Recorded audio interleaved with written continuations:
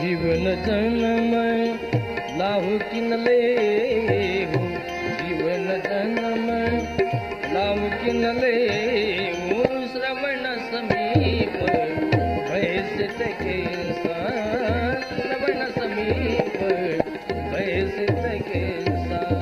मन गुजरठ बन अजब परेसा, मन गुजरठ बन अजब परेसा, श्रवण समीप भयसित केसा, श्रवण समीप भयसित केसा। मन उजरटपणा असा उपदेसा, नृपजुप राजु राम कह देव, जीवन जन्म लाहू किनले। राय सुभाय मुकुर कर लीना, बदन बिलो की मुकुट समकीना। मुकुटा समवेत जेव्हा आरशामध्ये बघितलं, मुकुट वाकडा दिसला आणि कानाजवळचं एक केस पिकलेलं दिसलं। आणि मुकुट वाकडा झाला म्हणजे कारभार मुलाच्या ताब्यात द्यायचा असतो। पण काही काही श्रोते असेही डोकं चालवतील कथा संपल्यावर, अरे दशरथासाठी होता तो नियम रे, आपल्या डोक्यात मुकुटच नाही तो वाकडा व्हायचा संबंधच येत नाही, तर मुलाच्या ताब्यात कारभार द्यायचा प्रश्नच येतो कुठे, असंही काही म्हणतील। तर मुकुट एवढा संकोचित नाही, मी पटवून देतो तुम्हाला, मुकुट वाकडा की सरळ। ज्या दिवशी दारात येतो तो व्यक्ती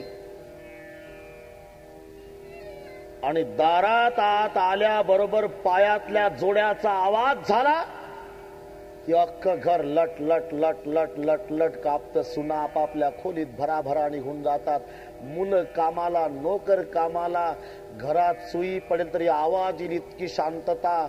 आणि मग म्हातारी फक्त धाडस करून पुढे येते आणि अतिविनयाने विचारते, चहा घेता का कॉफी घेता का दूध करून देऊ का काही खायला करून देऊ का काही थंड घेता का पाणी तापलं आंघोळच करता का स्वयंपाक तयार झाला ताटच वाढू। असं सगळे झालं म्हणजे समजावं सध्या मुकुट सरळ आहे। पण काही दिवसानं तेच येतं, जेव्हा दारात आत येतं, बसतं, आवाज देतं, चहा नारे चहा नारे चहा नारे चहा नारे, तेव्हा म्हातारी सुनांना सांगते, वरडू द्या तसंच, रिकाम टेकडं कामाचं धामाचं आपापले काम करा। असं झालं की समजावं आता मुकुट वाकडा झाला, कारभार मुलाच्या ताब्यात देणे। रामायण आपल्यासाठी आहे, कथेपुरतं पाहू नका। श्रवण समीप भयसित केसा, कानाजवळचं एक केस राजा दशरथाला पिकलेलं दिसलं, एक केस। आणि केस पिकायला प्रारंभ होतो तो कानाकडून। नैसर्गिक दृष्ट्या जेव्हा केस प्रारंभ होतात ना पिकायला, तेव्हा पहिल्यांदा कानाजवळचे, कानाजवळचं केस पिकलं की समजावं यमाच्या दासीची सूचना मिळाली। यमाची दासी गुप्त सूचना कानामध्ये सांगण्याची पद्धत आहे, आणि ती यमाची दासी म्हातारपणा आहे, ती सूचना देऊन जात असते। कृतांतस्य दूती जरा कर्ण मुले समागत्ते वक्ती ती लोकां श्रुध्वम परस्त्री परद्रव्य वांछाम तेजध्वम भजध्वम रमानाथ पादारविंदम। कृतांतस्य दूती जरा कर्ण मुले समागत्ते वक्ती ती लोकां श्रुध्वम। यमाची दासी म्हातारपणा कानात येऊन सांगते, सावधान, पहिली नोटीस आहे, नोटीस। कानाजवळचे केस पिकले की समजावं मरणाची नोटीस आलेली आहे। पण तुम्ही कितीही केस काळे करा तरी 15 दिवसांनी ते खालून पुन्हा पांढरच उगवतं। श्रवण समीप भयसित केसा, मनहू जरठपण असं उपदेसा।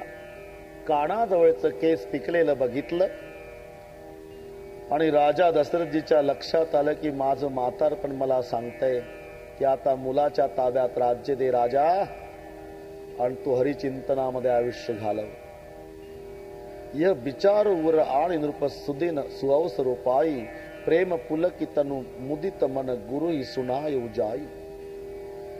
राजा दशरथाने हा विचार 14 दिवस मनात ठेवला. 14 दिवस. आणि 14 दिवसानंतर गुरुदेवाच्या जवळ सांगितलं, महाराज, मला असं वाटतं माझ्या रामाच्या ताब्यात राज्य द्यावं, आपलं हरिहरी चिंतन करावं. वशिष्ठ म्हणाले, राजा तुला वाटतं यात काय नवलंय? रामाच्या वैरी असेल कोणी त्याला सुद्धा वाटतं की राम राजाच व्हावा, रामच राजा व्हावा. आता तू आपण म्हणतो आनंदाची गोष्ट आहे. मग कधी राज्याभिषेकाचा मुहूर्त गुरुदेवा? रामाच्या साठी मुहूर्त काढण्याची गरज नाही दशरथा. ज्या दिवशी राम राज्यावर बसेल तो मुहूर्त. मग शुभस्य शीघ्रम श्रेयांसी बहुविघ्नानी. शुभस्य शीघ्रम. उद्या सकाळी रामचंद्राला राज्याभिषेक जाहीर झालं जेव्हा आनंदाला पारावार नाही. सर्व अयोध्या सुशोभित करण्यात आली. ज्या राज्याभिषेकासाठी ज्या ज्या वस्तूंची आवश्यकता आहे वशिष्ठजींनी सर्वांच्या करवी ते मागवून घेतलेला आहे. दुसऱ्या दिवशी सर्वांना सुट्टी जाहीर केली. उद्या राज्याभिषेक. रामचंद्र प्रभूच्या कक्षामध्ये वशिष्ठजी येतात. सांगितलं, रामा उद्या तुझा राज्याभिषेक आहे. काही नियम आहेत. रात्रभर झोपायचं नाही. दरबारच्या आसनावर तुम्ही नुसतं बसून राहायचं. फलाहार घ्यायचा, जेवण करायचं नाही. रामप्रभूचे डोळे डबडबले. गुरु महाराज, आमच्या रघुकुळामध्ये एवढंच एक वाईट आहे का? जन्म झाला चौघाचा एका वेळेला, नामकरण विधी एकाच वेळेला, यज्ञोपवीत संस्कार एकाच वेळेला, लग्न एकाच मंडपात एकाच वेळेला. हे सगळे झालं एकाच वेळेला. आणि आता फक्त थोरल्याला राज्य मिळतं, तिघ माझे भाऊ तसेच राहतात. त्यापेक्षा एक करा गुरुदेव, एक करा. माझ्या भरताला राजा करा, माझ्या भरताला राजा करा. जर भरताला राजा केलं ना गुरुदेव तर माझा भरत मोठा होईल, अयोध्येचा राजा होईल. आणि अयोध्येच्या राजाचा मोठा भाऊ म्हणून मी डबल मोठा होईल. एवढा विशाल दृष्टिकोन प्रभू रामचंद्राचा आहे. माझ्या भरताला राजा करा. त्यावेळेला वशिष्ठ सांगतात, नाही नाही श्रीरामा, रघुकुळाची परंपरा आहे ज्येष्ठ पुत्राला राजगादी. मी सांगतो त्या नियमाचं पालन करा. रात्रभर झोपू नका, दरबारच्या आसनावर राहा आणि फलाहार घ्या. हे सांगून गुरुदेव येतात. सर्वांच्या आनंदाला पारावार नाही. अयोध्या सुशोभित करण्यात आली. दारापुढे रांगोळी घातलेली आहे. रांगोळी घालण्यात आल्या. प्रत्येकाने गुढ्या उभारलेल्या, आंब्याच्या पानाची तोरणं बांधली, केळीचे खुंट उभे केलेले आहे. आनंद वसंडून चाललेला आहे. अयोध्या सुशोभित झालेली आहे. आणि त्याच वेळेला देवतांची मीटिंग बसलेली आहे. अरे उद्या रामचंद्र राज्यावर बसणार. राम राज्यावर जर बसला तर तो वनवासात येत नाही. वनवासात आला नाही तर त्याची पत्नी सीता रावण चोरून नेत नाही. रावणानं सीता चोरली नाही तर रावणाला रामचंद्र मारत नाही. आणि रावण जर मेला नाही तर 33 करोड देवता बंदी खाण्यात आहे. काही करा. उद्या राज्याभिषेक होणार नाही यासाठी काहीतरी करा. त्या सरस्वतीला सांगितलं, माते तुम्ही कोणाच्या तरी बुद्धीमध्ये बदल करा. सरस्वतीने विचार केला, एवढा आनंद वसंडून चाललेला आहे अयोध्येमध्ये, कोणाच्या बुद्धीत बदल करावा. एकच पात्र निवडलं, मंथरा. का? हे अयोध्येतलं नव्हतं. अयोध्येत ज्याचा जन्म झाला त्याच्या बुद्धीत बदल करणं शक्य नाही, म्हणून हे बाहेरून आलेलं पात्र होतं. हे कैकेयीच्या बापानं कैकेयी सोबत सप्रेम भेट पाठवलं होतं लग्नात. सरळ स्वभावाची कैकेयी असल्यामुळे तिला वेळोवेळी सावध करण्यासाठी वाकड्या स्वभावाची ही मंथरा सप्रेम भेट आली होती. आणि जेव्हा अयोध्या सुशोभित, काही ठिकाणी असा उल्लेख आहे काही रामायणामध्ये की विकल्प हिवराच्या झाडावर येऊन बसलेला आहे आणि त्या हिवराच्या झाडाखालून मंथरा फुलं आणण्यासाठी जात असताना तो हिवराच्या झाडावरचा विकल्प मंथरेच्या बुद्धीत प्रवेश करता झाला. आणि म्हणून अजूनही शहाणी माणसं हिवराच्या सावलीमध्ये बसत नाही. ज्ञानेश्वर महाराज सांगतात, हिवराची दाट सावली सज्जने जैसी वाळिली. पण या रामायणामध्ये हिवराच्या वृक्षाचा दृष्टांत नाही, उल्लेख नाही. नगर सुशोभित केलेला आहे, तोरण बांधलेले आहे, खुंट उभे केलेले आहे, सर्व अयोध्या नाचत आहे. कल हमारे राजा रामचंद्र हो गए, हम उसकी प्रजा. आणि त्याच वेळेला नगरामध्ये मंथरा, आणि नगर बघितलं सुशोभित केलेलं मंथरेनी. दीख मंथरा नगर बनावा, दीख मंथरा नगर बनावा, देख मंतरा नगर बनावा, मंजुल मंगल बाज बधावा, मंजुल मंगल बाज बधावा, मंजुल मंगल बाज बधावा. मंजुल मंगल बाज बधावा. पूछ से लोगन कहाँ बुझाओ, पूछ सिलोगन कहाँ बुझाऊ, पूछ से लोगन कहाँ बुझाओ. पूछ सिलोगन कहाँ बुझाऊ. राम तिलक सुनि भावुर दामो, राम तिलक सुनि भावुर दाऊ, राम तिलक सुनि भावुर दामो. राम तिलक सुनि भावुर दाऊ. दीख मंथरा नगर बनावा, देख मंथरा नगर बनावा, मंजिल मंगल बाज बधावा. मंजुल मंगल बाज बधावा. पूछ से लोगन कहाँ बुझाओ, पूछ सिलोगन कहाँ बुझाऊ. राम तिलक सुनि भावुर दामो. राम तिलक सुनि भावुर दाऊ. नाम मंथरा मंदमती चेरी, कई कई केरी आजस पेटारी, ताही करी गई गिरा मती फेरी. जेव्हा मंथरेणी नगर बघितलं, दीख मंथरा नगर बनावा, मंजुल मंगल बाज बधावा. आणि विचार, पूछ सिलोगन कहाँ उछाऊ, अरे किस लिए नगर शोभित किया है? आपको पता नहीं मंथरा जी? किस बात का? कल सुबह राम जी को राज तिलक होने वाला है. राज तिलक, राज तिलक सुनि भावुर दाहू.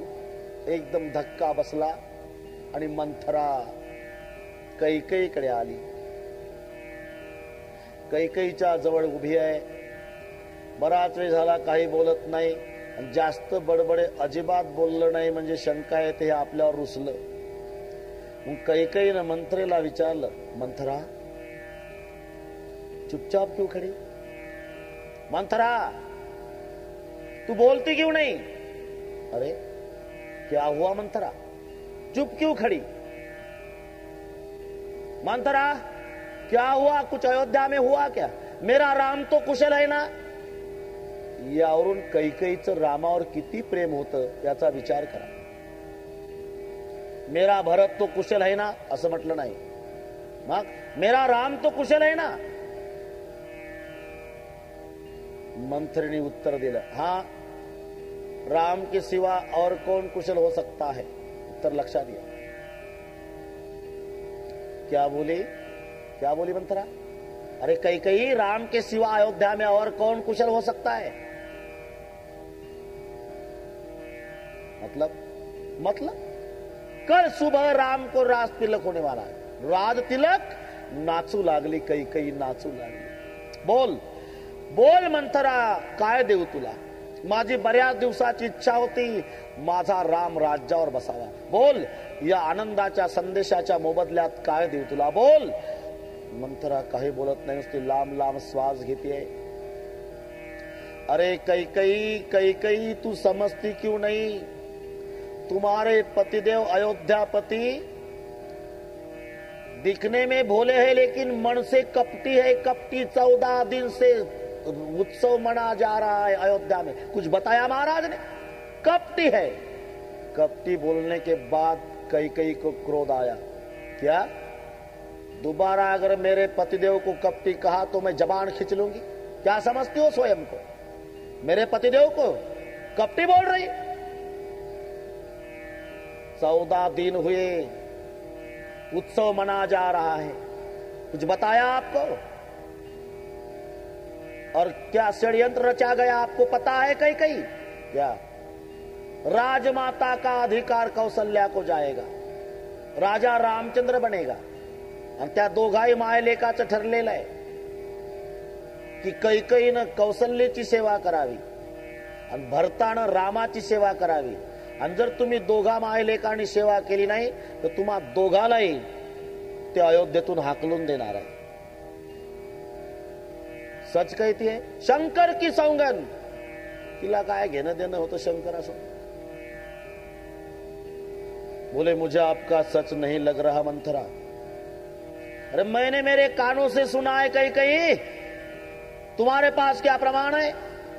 कैकेयी बोली मेरे पास यही प्रमाण है कि जिसकी गोद में से भगवान ने जन्म लिया है वो भगवान की माँ कौशल्या मेरे बारे में ऐसी कभी नहीं बोल सकती. मेरा प्रमाण है कि जिनके गोद में से परमात्मा ने जन्म लिया है. मंथरा विचार करते आहे काय करावं, विचार काहीच प्रभाव पडत नाही. काय करावं? मंथरा खाली कोसळलेले आहे. कैकेयी जवळ आले. मंथरेला जेव्हा जवळ घेतलं, उचलण्याचा प्रयत्न केला, परिणाम मंथरेचा विकल्प कैकेयी मध्ये प्रवेश करता झाला.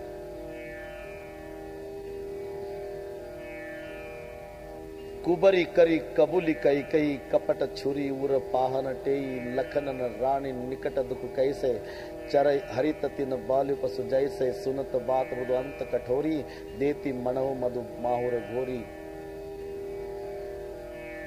परिणाम झाला. बोल बोल क्या करो?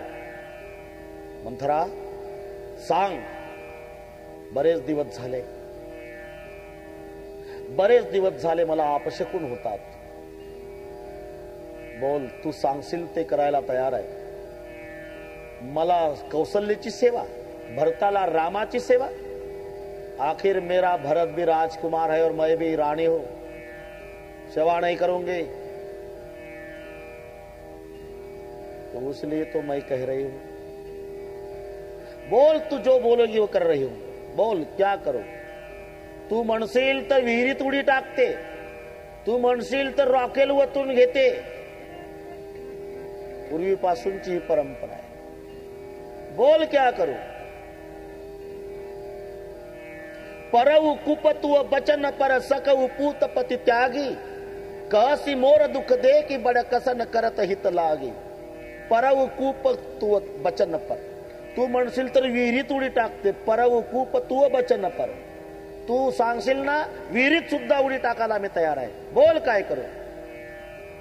विहिरीत उडी टाकायची गरज नाही कैकेयी.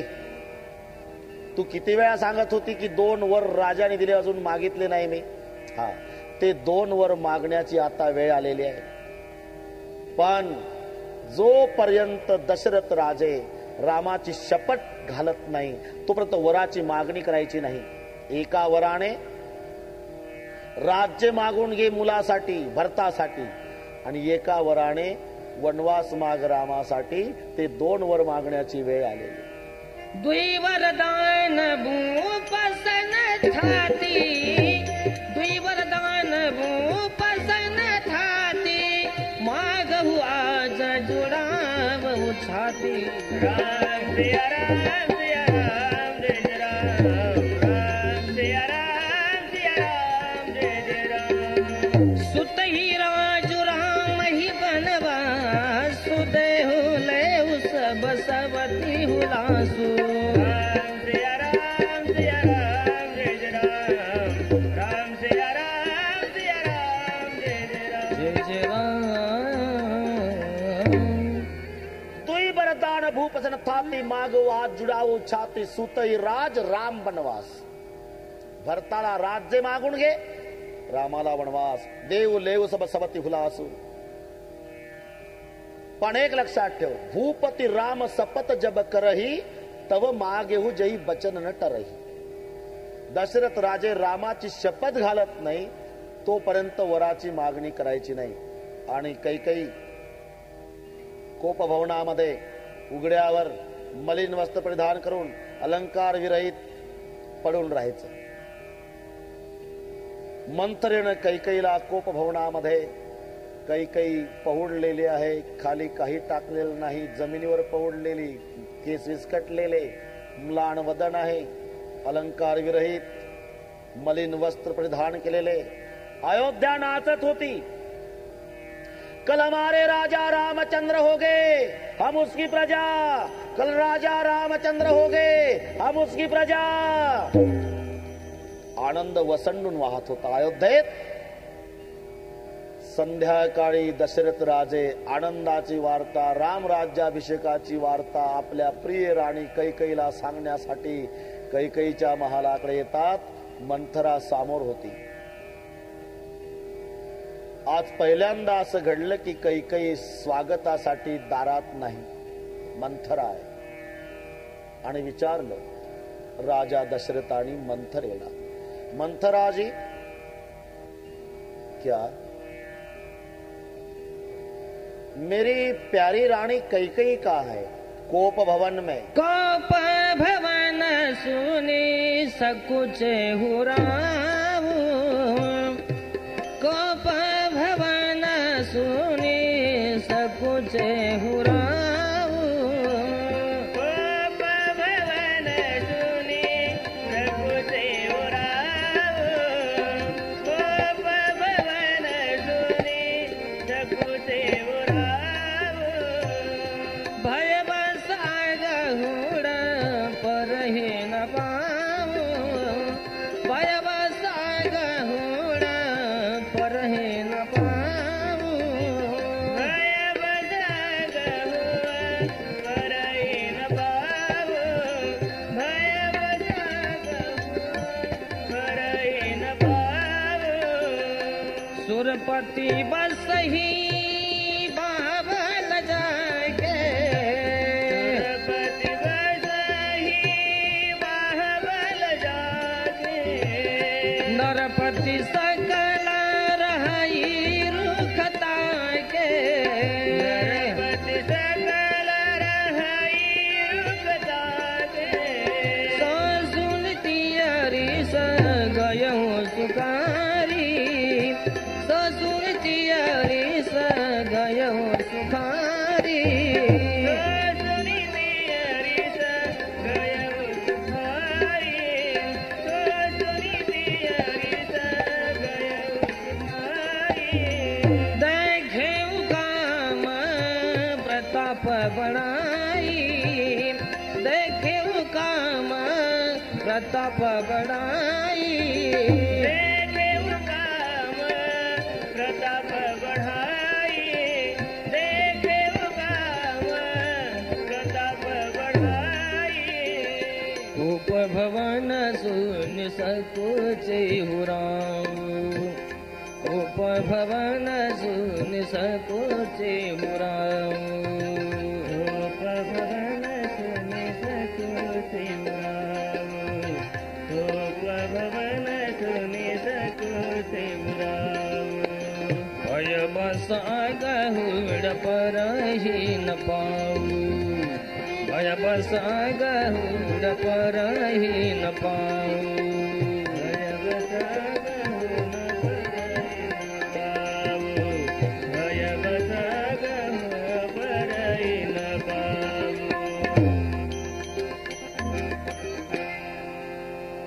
कोप भवन सुन सके उराऊ. मेरी प्यारी राणी कैकई कहाँ आहे? कोप भवन.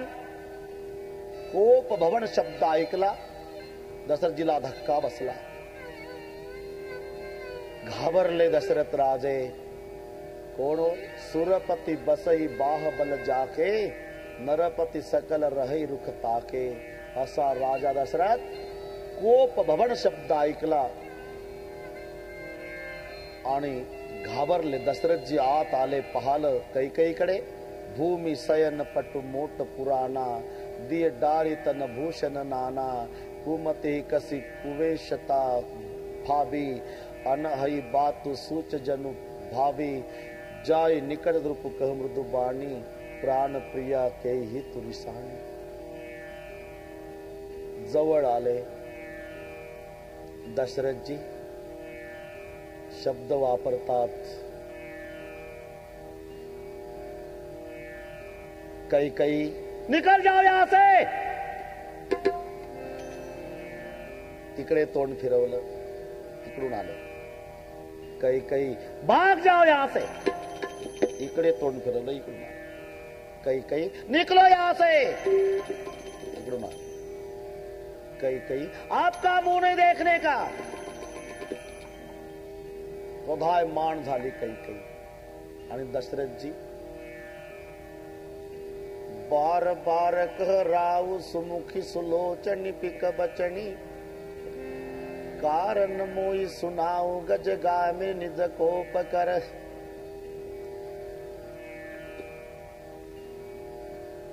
दशरथजीचे शब्द आहे.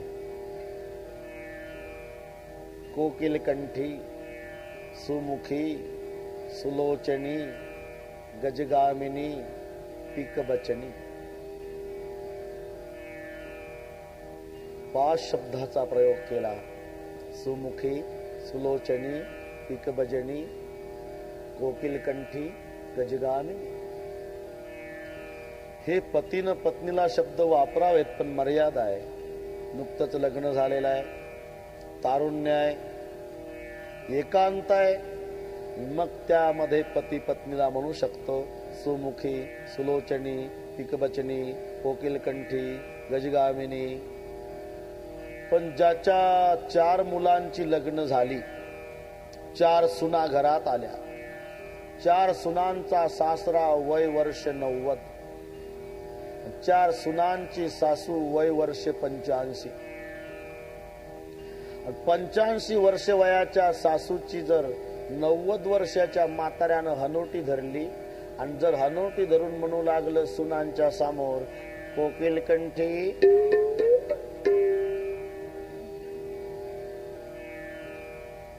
पूर्ण घर शर्मिंदा होईल. दशरथजीच्या जीवनात ते आहे. 4 पुत्राचे लग्न झालेले आहे, राम लक्ष्मण भरत शत्रुघ्न. 4 सुना घरात आहे, सीता उर्मिला मांडवी सुतकीर्ती. 4 सुनांचा सासरा या वयामध्ये आपल्या पत्नीला हे शब्द वापरतोय, कोकिलकंठी गजगामिनी सुमुखी सुलोचनी पिकबचनी. कई निकल जाओ यहां से, आपका मुंह नहीं देखने का.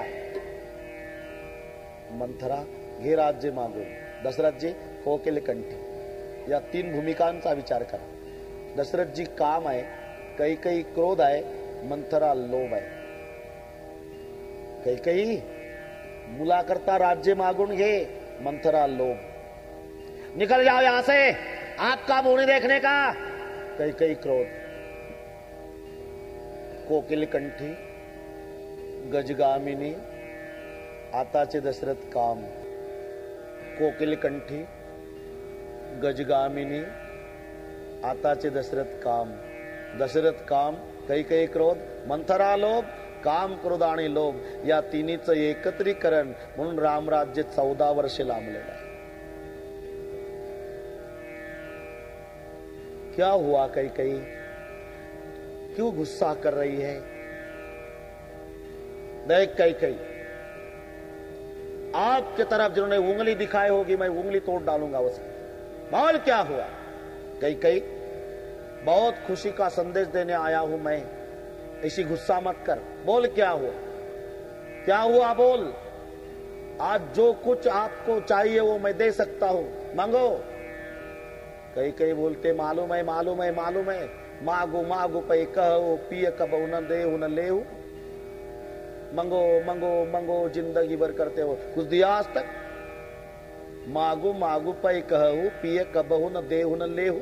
दे न कहू बरदान दुई तेऊ पावत संदेहू. मंगो मंगो मंगो बोल रहे, कुछ दिया आज तक? मेरे 2 बर देते या नहीं इसमें संशय है तो मंगो मंगो क्या बकवास करते हो?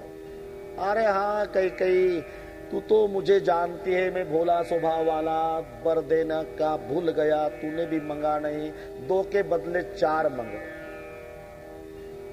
4 नहीं,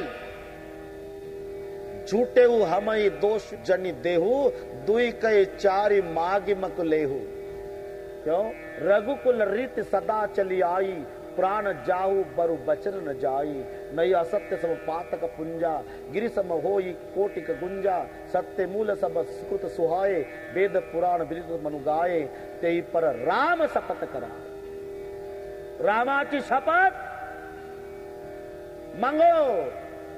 रामाची शपथ म्हटल्यावर मग कैकई उठली, इतकी खुशीत आली, निकल जाओ यहां से, आपका मुंह नाही देखने का। एवढं रागावणारी कैकई दशरथानं रामाची शपथ वर माग म्हटल्यावर, रामाची शपथ म्हटल्यावर कैकई उठली आणि दशरथजीच्या जवळ येऊन म्हणू लागली, सुनहु प्राण प्रिय भावत जे का, देहु एक बर भरत हे का। प्राण प्रिय भावत जे का, एक बर भरत हे का। मागव दूसर पर कर जोरी,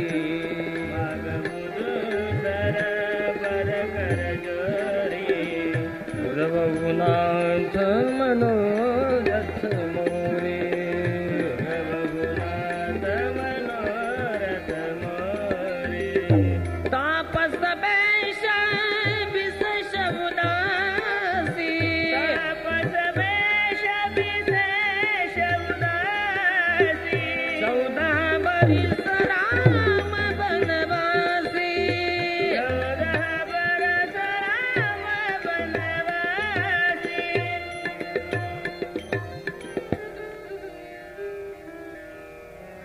सुनहु प्राणपते भावत जे का, देहु एक बर भरत टेका। एका वराने राज्य भरताला और शब्द वापरले। सुनहु प्राण प्रिय भावत जे का। प्राण प्रिय,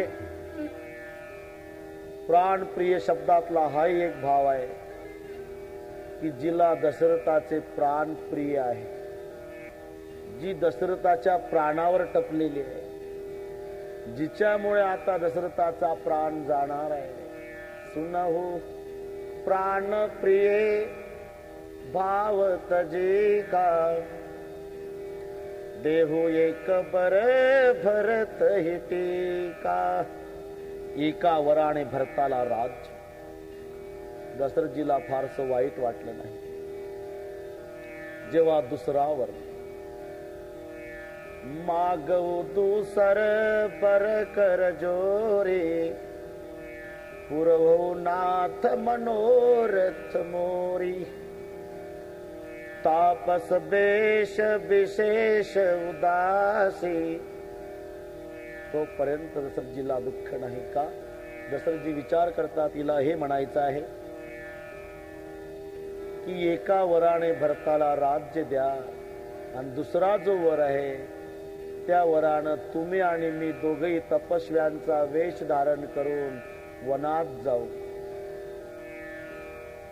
तोपर्यंत दशरथजी शांत आहे।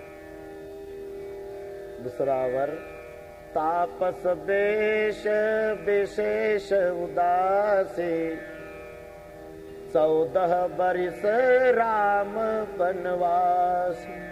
मग धक्का, खड़े हो गए। कैकई, कैकई, भरत को राज ठीक है लेकिन राम को बनवास क्यों? अरे कैकई, कैकई इतनी कठोर हो गई। तू बोलती थी ना मेरा राम साधु है, मैं अभी भी बोलती हूं महाराज मेरा राम साधु है, तो राम को जंगल क्यों भेज रही? साधु है करके जंगल भेज रही। साधु जंगल में शोभा देता है, सिंहासन पर नहीं।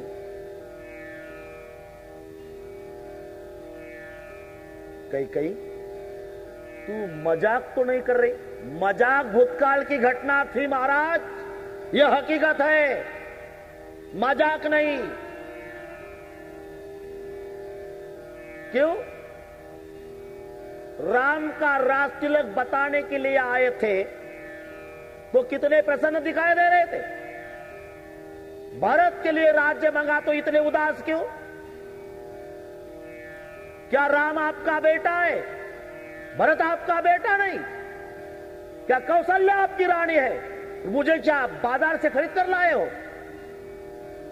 तो मत दो मेरे दिए हुए वर मत दो। लेकिन दुनिया को कहूंगी कल से कि रघुकुल झूठा कुल है। दशरथ जी खड़े हो गए।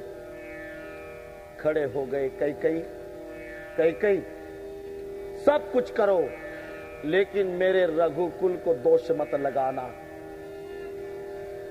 तो क्यों? भारत को राज्य मांगा तो इतने उदास क्यों? मजाक नहीं कर रही, हकीकत है। एक बार से राज्य भरत को और एक बार राम को बनवास 14 साल के। दशरथ जी कांपने लगे।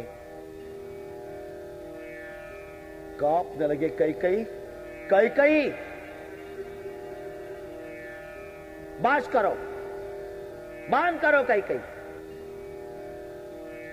इधर दशरथ महाराज जी को आवाज सुनाई दे रहे थे। अयोध्या के प्रजाजन खुशी के मारे बोल रहे थे, कल हमारे राजा रामचंद्र हो गए, हम उसकी प्रजा। राजा रामचंद्र हो गए, हम उसकी प्रजा। राजा रामचंद्र हो गए, हम उसकी प्रजा।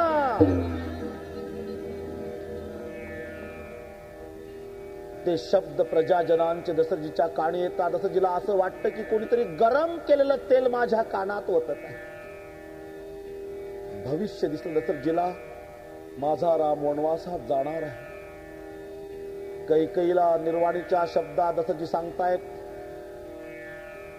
कैकेयी कान खोलकर सुनो, सुन लो कैकेयी, आज से तू मेरी पत्नी नहीं और मैं तेरा पति नहीं, तेरा मेरा संबंध खत्म हुआ। आणि दशरथ जी मूर्छा येऊन जमिनीवर पडले। दशरथ जी मूर्छित आहे।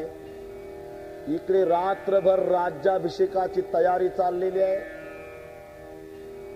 कैकेयीनं भरताला राज्य, रामाला वनवास मागून घेतलेला आहे। सगळी प्रजा आनंदात आहे। दशरथ राजे दुःखी आहे, मूर्छा येऊन पडलेले आहे। अयोध्येत आनंद वसंडून चाललेला आहे। रात्रभर जयघोष चाललेला आहे। रामाला वनवास आणि भरताला राज्य कैकेयीच्या द्वारा रामचंद्रासाठी वनवास मागण्यात आलेला आहे। रामचंद्र वनवासात जाणार आहे। प्रजा आनंदात आहे। सर्व रामचंद्र प्रभूचा जयघोष चाललेला आहे।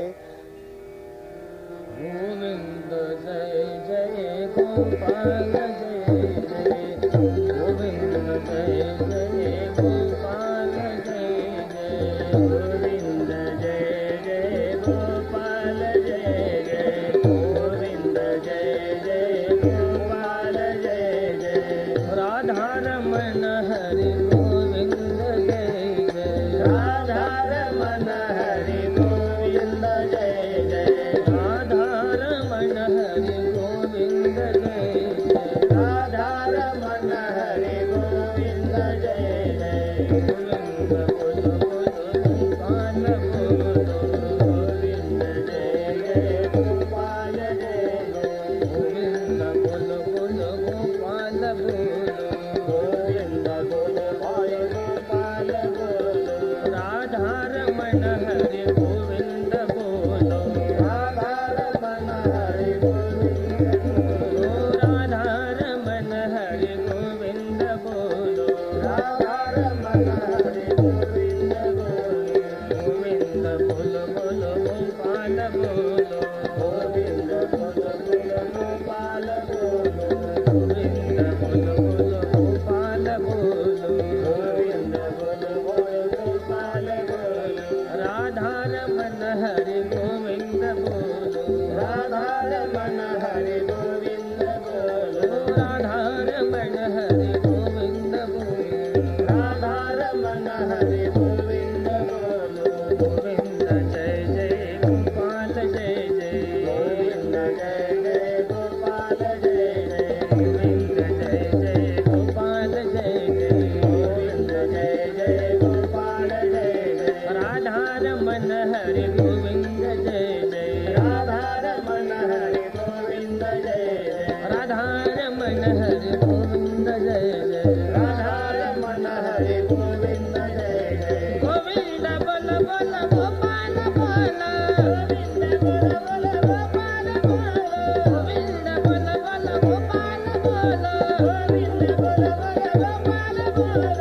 गोविंद जय जय गोपाल जय जय गोविंद जय जय गोपाल जय जय ओ राधा रमन हरि गोविंद जय जय राधा रमन हरि गोविंद जय जय अरे गोविंद बोल भाई गोपाल बोल गोविंद बोल हरि गोपाल बोल गोविंद बोल बोल गोपाल बोल गोविंद बोल बोल गोपाल बोल राधा रमन हरि गोविंद बोलो राधा रमन हरि गोविंद बोल ओ राधा रमन हरि गोविंद बोलो राधा रमन हरि गोविंद जय जय गोपाल जय जय गोविंद जय जय गोपाल जय जय ब्रह्मा की जय जय विष्णु की जय जय ब्रह्मा की जय जय विष्णु की जय जय गोविंद जय जय गोपाल जय जय गोविंद जय जय गोपाल जय जय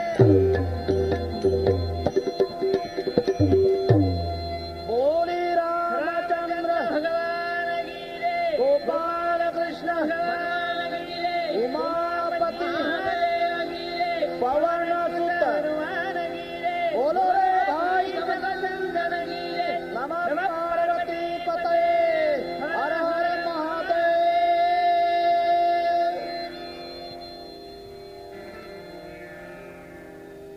चरितम रघुनाथस्य शतकोटि प्रविस्तरम एकैकमक्षरम पुंसा महापातक नाशनम। एक बाणी, एक पत्नी, एक वचनी मर्यादा पुरुषोत्तम प्रभू रामचंद्रजीचं चरित्र जीवाचं कल्याण करणारा आहे. रामकथा जीवनाची व्यथा कमी करण्यासाठी आहे. रामकथा संसारात तापलेल्या जीवाला शांती प्राप्त करून देणारी आहे. रामकथा संसारातील सर्व प्रश्नांची उत्तर आहे. तर रामकथा जीवनातील दुःखाच्या वजावाकीचं एकमेव साधन आहे. अशी ही सुरस, अवीट, पवित्र, गोड श्रीराम कथा आध्यात्मिक तत्वाचा विचार केला असता दशरथ राजा वेद आहे, कौसल्या माई ज्ञान शक्ती आहे, सुमित्रा माता उपासना शक्ती आहे, तर कैकेयी माता क्रिया शक्ती आहे. ज्ञान शक्तिश्च कौसल्या सुमित्रा उपासनात्मिका क्रिया शक्तिश्च कैकेयी वेदो दशरथो नृपः. कौसल्या ज्ञान शक्ती आहे, सुमित्रा उपासना शक्ती आहे आणि म्हणून सुमित्रा माईचा पुत्रही लक्ष्मण आणि शत्रुघ्न दोघेही उपासना करणारे आहे. कैकेयी क्रियाशक्ती आहे आणि क्रियाशक्तीचं कार्य आहे भगवंताकडूनही क्रिया करून घेणे. आणि म्हणून रामचंद्राला वनवासात पाठवणारी कैकेयी असा सर्वांचा समज असला तरी क्रियाशक्तीचं ते कर्तव्यच आहे कि राघव,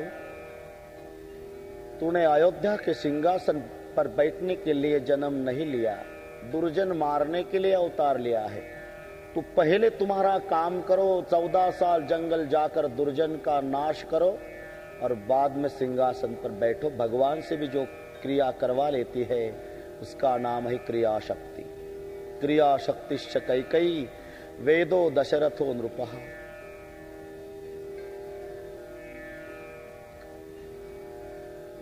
दशरथजीला जेव्हा कैकेयी मातेने निर्वाणीच्या शब्दात सांगितलं बस भरत को राज और रामचंद्र को वनवास। कई तू मजाक तो नहीं कर रही? मजाक भूतकाल की घटना थी महाराज, ये हकीकत है, हकीकत है, हकीकत। क्यों? राम का राज तिलक बताने के लिए आए तो कितने प्रसन्न दिखाई दे रहे थे, भरत के लिए शासन मंगा तो इतना ही उदास क्यों? क्या राम आपका बेटा और भरत आपका बेटा नहीं? कौशल्या आपकी रानी और मुझे क्या बाजार से खरीद कर लाए हो? मत दो। दुनिया से कहूंगी रघुकुल झूठा कुल है। कई आगे मत बोलो, मत बोलो कई। और कान खोलकर सुन लो, तेरा और मेरा संबंध खत्म हुआ है। तू मेरी पत्नी नहीं, मैं तेरा पति नहीं। संबंध तोड़ दिया महाराज अयोध्यापति ने। इधर सुनाई दे रहे थे प्रजाजनों के जय घोष चल रहा था, प्रजाजनों से पूरी अयोध्या नाच रही थी। कल हमारे राजा रामचंद्र हो गए मुझकी प्रजा, राजा रामचंद्र हो गए मुझकी प्रजा, कल हमारे राजा रामचंद्र हो गए मुझकी प्रजा। पूरी अयोध्या नाच रही है, खुशी नहीं समा जा रही, अयोध्या नाच रही। दशरथ जीला हे सहन झालं नाही, दशरथजी मूर्छा येऊन पडलेले आहे। इकडे सूर्योदय व्हायची वेळ आली, सर्व समाज दशरथजीच्या महालाच्या भोवती गर्दी करून आहे। सर्वांना आनंद आहे। आज छोट्यातल्या छोट्या कामगारांना सुद्धा सुट्टी दिलेली आहे। आज रामचंद्राचा राज्याभिषेक आहे। राजमहालात कोणी कर्मचारी नाही आणि राजमहालाच्या पुढे गर्दी केली सर्वांनी। जेव्हा सूर्योदय झाला, सुमंतजी आले। सुमंतजीला प्रजाजनाने विचारलं, सुमंतजी महाराज, ओ महाराज सुमंतजी, अयोध्यापति जागे नहीं, जाओ जगाओ अयोध्यापति को, बोलो कि आज राम जी का राज तिलक आहे, जगाओ। सुमंतजी जेव्हा दशरथजीच्या महालात येतात आणि बघितलं महालामध्ये राजे दशरथ नाही, सुमंतजीच्या लक्षात आलं कदाचित आनंदाची वार्ता सांगण्याच्या उद्देशानं महाराज कैकेयीच्या महाली गेले असतील। आणि म्हणून सुमंतजी जेव्हा कैकेयीच्या महाली येतात तेव्हा आत प्रवेश केला आणि जेव्हा आपला महाराज दशरथ जमिनीवर पडलेला बघितला, मुकुट एका बाजूला आहे, डोळे मिटलेले आहे, चेहरा काळवंडलेला आहे, अश्रूही सुकलेले आहे, तेव्हा सुमंतजीनं कैकेयीला विचारलं, कैकेयी जी क्या मेरे महाराज जी को क्या हुआ है? मुझे मत पूछो क्या हुआ है महाराज जी को। मैंने बोल दिया ना सुमंत जी, मुझे पूछो मत। प्रधानमंत्री के नाते मैं पूछ रहा हूं महारानी जी, प्रजाजनों को जवाब देना है, क्या हुआ मेरे महाराज को? रात भर राम राम राम राम कर रहे सुमंत, तो हमें लगता है कि राम के साथ महाराज का कोई जरूरी काम होगा, तो जाओ राम को बुला लाओ। सुमंत जी आंसू भरे आंखों से निकले। दशरथ जी के महल के पास बहुत भारी भीड़ थी।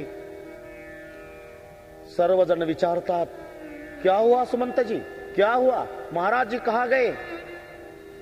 महाराज जी कहां है सुमंत जी? हुआ क्या? उदास क्यों? आपके आंखों में आंसू?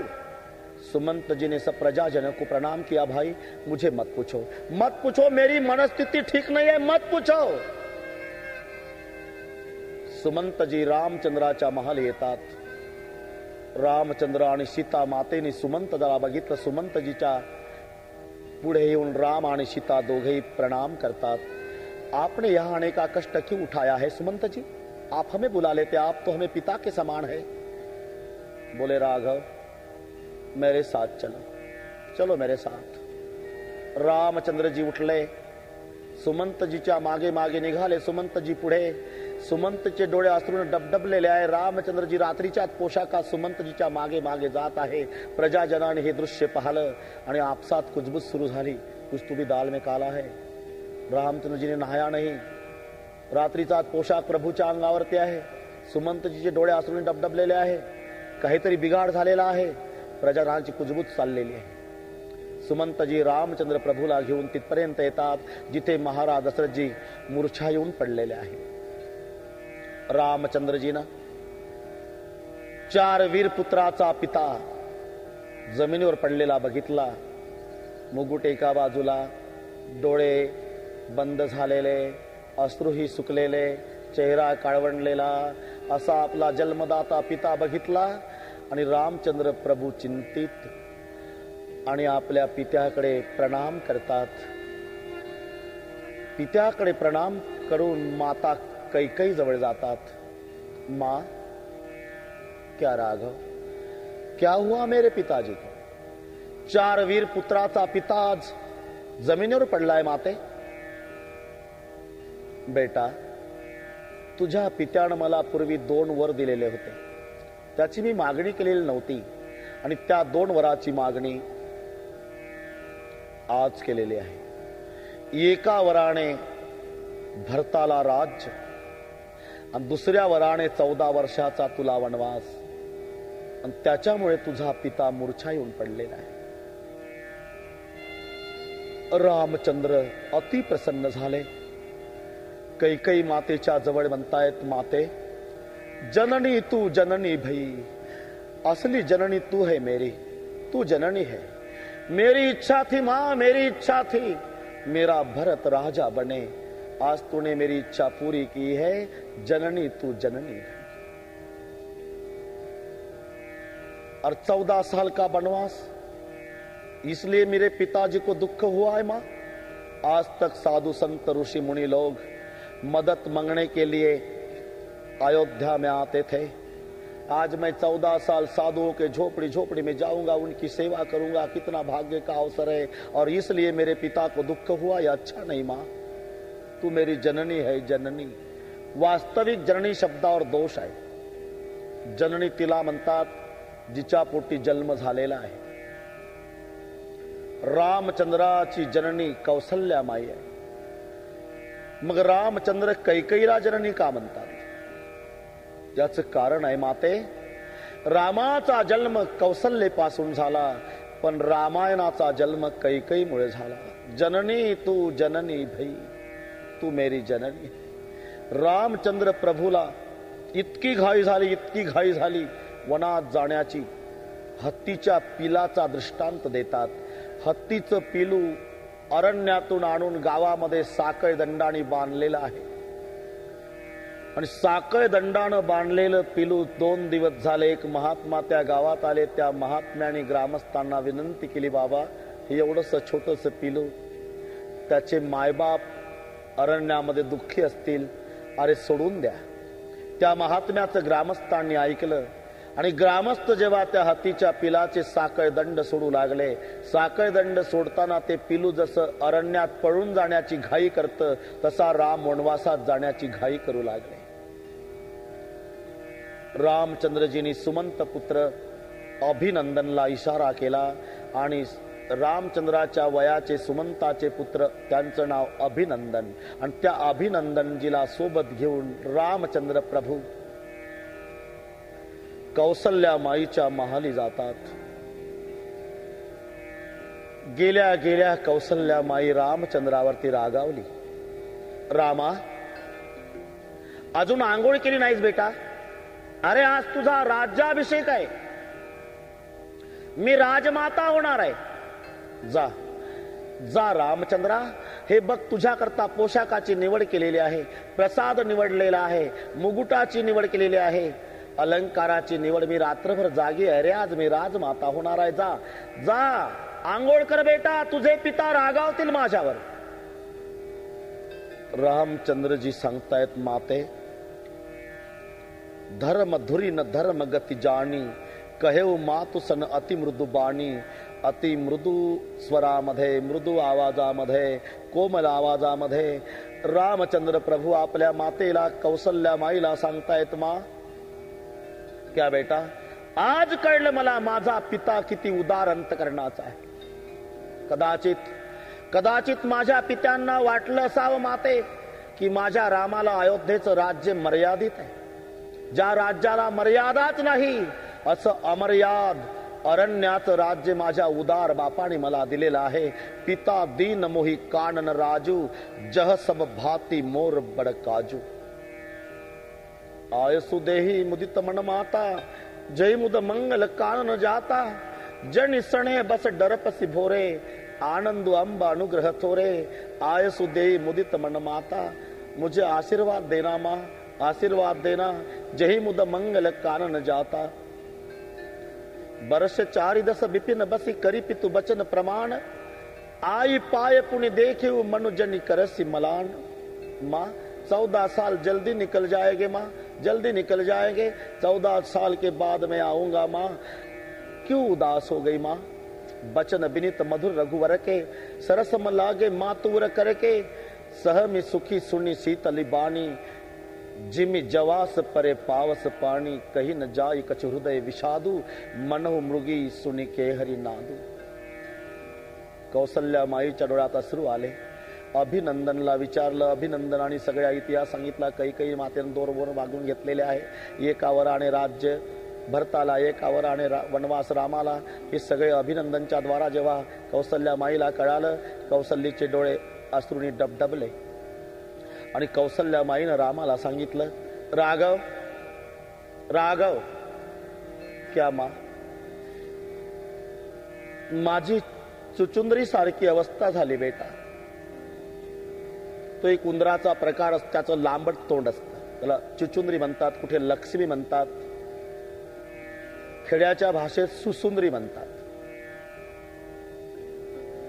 तो जर सापानं पकडला तर सापाच्या लक्षात येतं हा उंदीर नाही, चुचुंदरी आहे.